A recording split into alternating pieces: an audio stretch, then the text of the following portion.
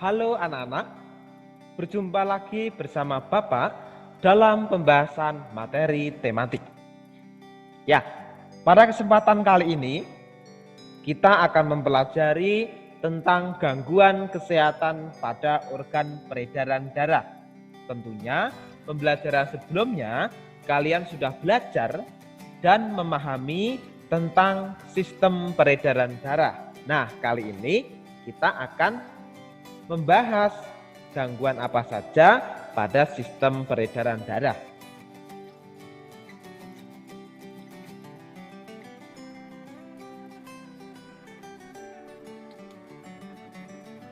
Nah, sebelumnya kita akan membahas faktor yang mempengaruhi kesehatan sistem peredaran darah manusia.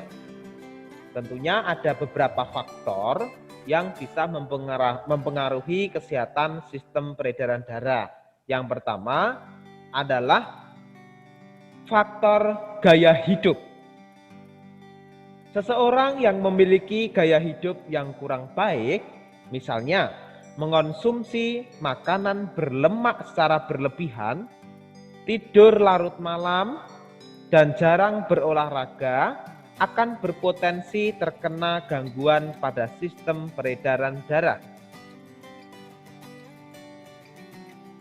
Faktor yang kedua adalah jenis makanan yang dimakan. Jenis makanan yang mengandung banyak lemak dapat menyebabkan obesitas. Obesitas merupakan tubuh kelebihan cadangan makanan.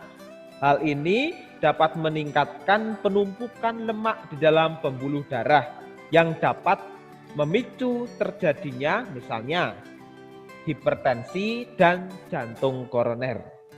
Maka jenis makanan yang kita makan harus kita perhatikan, jangan sampai kita berlebih dalam mengkonsumsi makanan tertentu, khususnya makanan yang berlemak-lemak itu harus banyak kita hindari. Faktor yang ketiga adalah faktor keturunan. Jadi ada gangguan atau penyakit peredaran darah karena faktor keturunan. Gangguan peredaran darah dapat disebabkan oleh sifat yang diwariskan dari orang tua. Misal, jika ayah dan ibu menderita hemofilia, 50% anaknya memiliki kemungkinan terkena hemofilia. Karena itu bisa menurun. Nah, sekarang kita akan bahas satu persatu apa saja gangguan atau penyakit pada sistem peredaran darah manusia.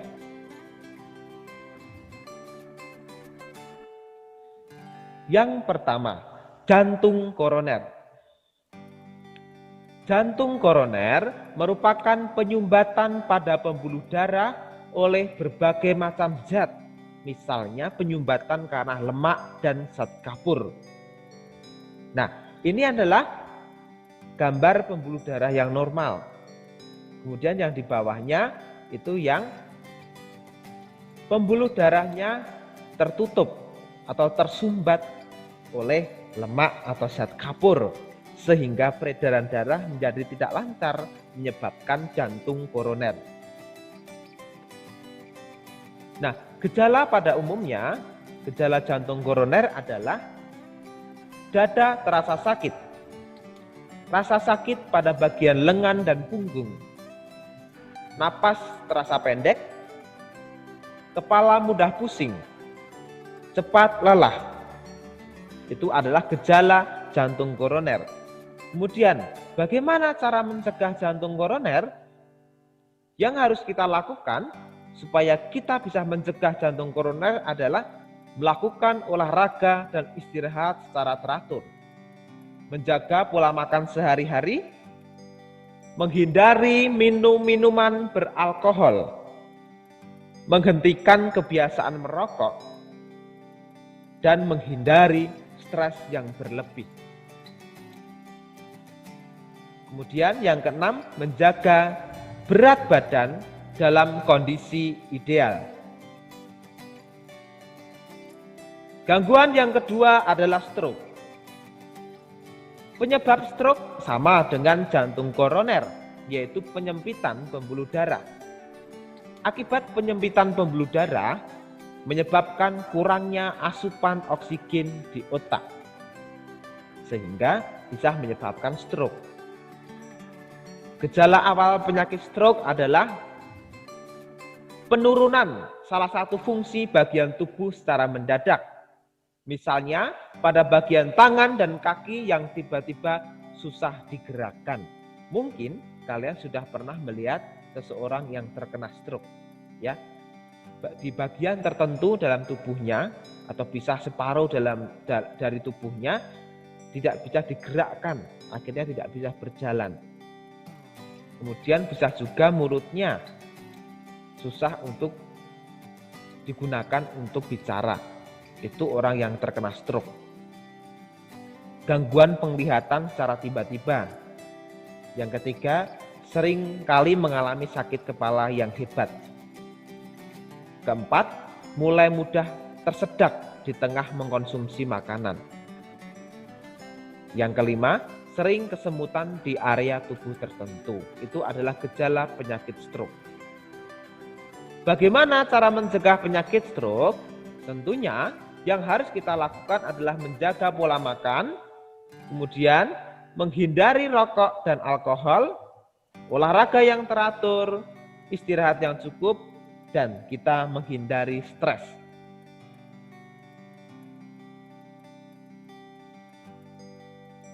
Penyakit atau gangguan yang ketiga adalah varises.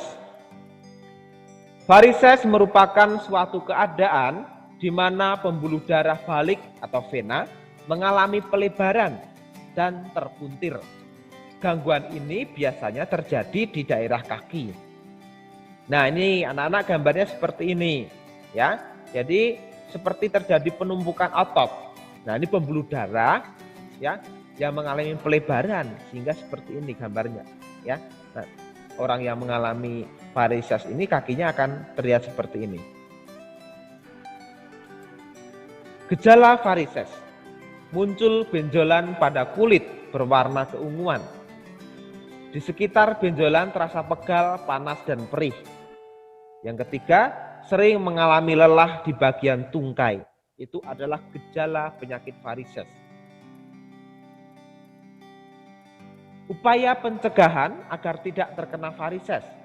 Yang pertama, ketika beristirahat atau tidur, terutama setelah menempuh perjalanan yang jauh, tungkai dinaikkan kurang lebih 20-25 cm sehingga pembuluh darah kita akan lancar.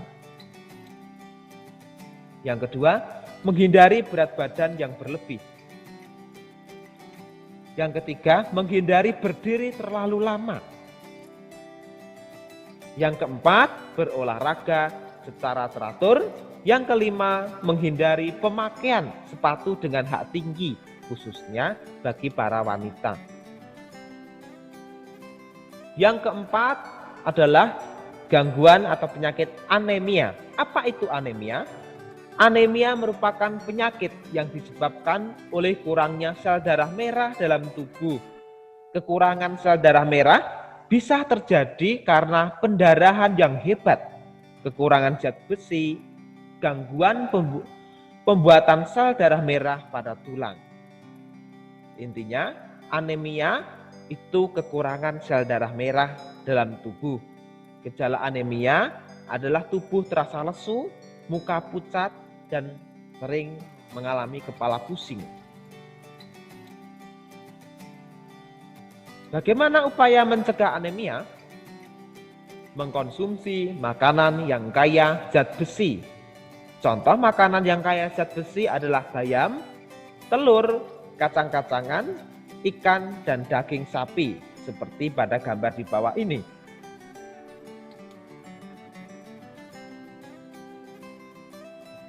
Gangguan atau penyakit yang kelima adalah leukemia atau disebut sebagai kanker darah. Leukemia merupakan kondisi ketika jumlah sel darah putih atau leukosit lebih banyak dibandingkan sel darah merah. Hal ini disebabkan adanya produksi berlebihan sel darah putih pada sumsum tulang. Akibatnya, sel darah putih akan memakan sel darah merah, sehingga tubuh menjadi kekurangan sel darah merah. Itu adalah leukemia. Jadi, jumlah sel darah putihnya sangat banyak.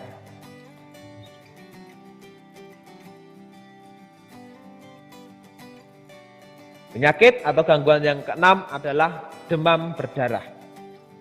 Demam berdarah merupakan infeksi virus dengue yang menyerang komponen darah, yaitu trombosit atau keping darah. Jumlah trombosit dan sel darah putih menurun akibat infeksi tersebut. Nah, nyamuk yang menyebabkan demam berdarah adalah jenis nyamuk Aedes aegypti. Nah, itu seperti pada gambar.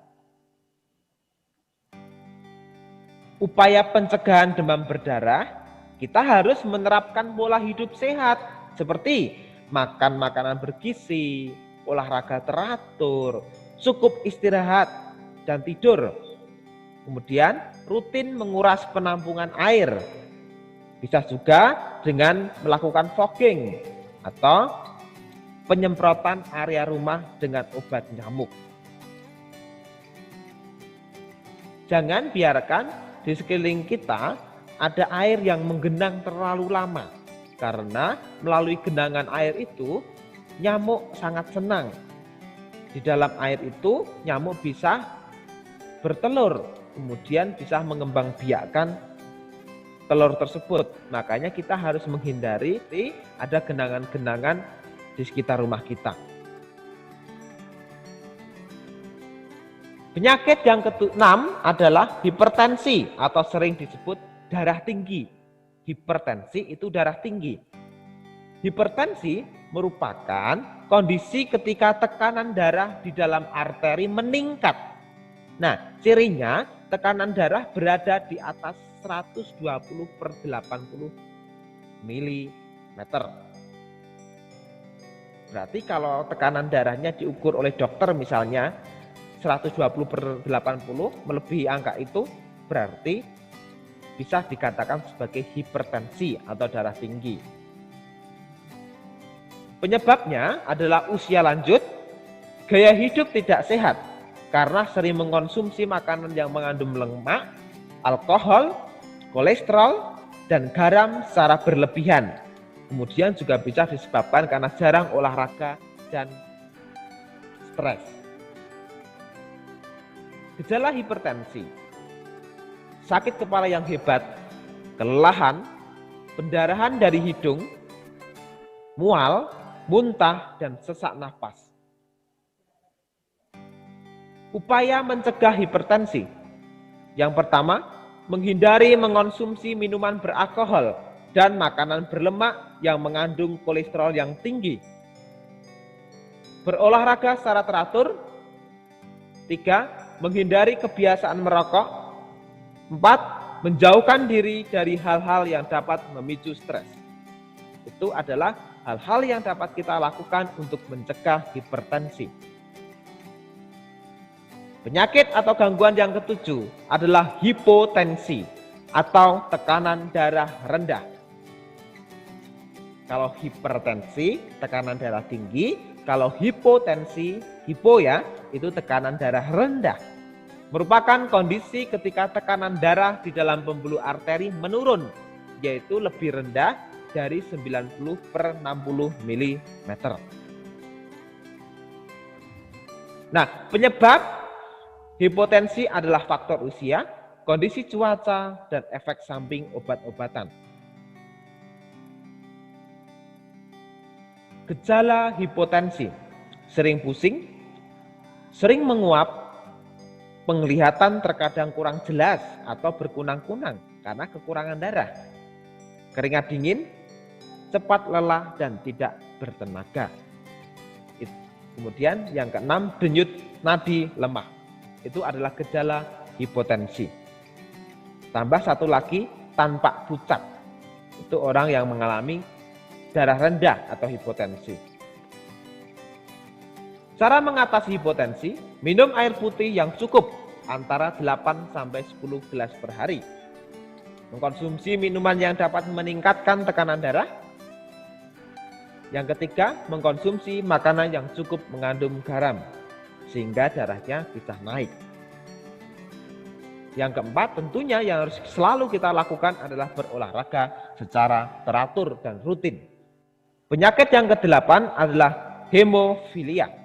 Apa itu hemofilia? Hemofilia merupakan penyakit keturunan. Darah penderita hemofilia tidak dapat membeku dengan sendirinya secara normal. Proses pembekuan darah tidak secepat dan sebanyak orang yang normal, membutuhkan waktu yang lama. Dan ketika terjadi luka dalam orang yang terkena hemofilia ini, darahnya akan mengucur terus-menerus, susah membeku. Hemofilia tidak dapat disembuhkan, namun ada beberapa cara atau tips bagi penderita hemofilia untuk menjaga kesehatannya, seperti mengkonsumsi makanan dan minuman yang sehat, menjaga berat tubuh supaya tidak berlebihan, pemberian obat sesuai resep dokter, melakukan kegiatan olahraga, mengikuti program imunisasi, dan mengkonsumsi obat sesuai dengan resep dokter. Yang terakhir adalah penyakit talasemia. Apa itu talasemia? Talasemia merupakan kelainan pada darah yang tidak memproduksi cukup hemoglobin. Apa sih hemoglobin?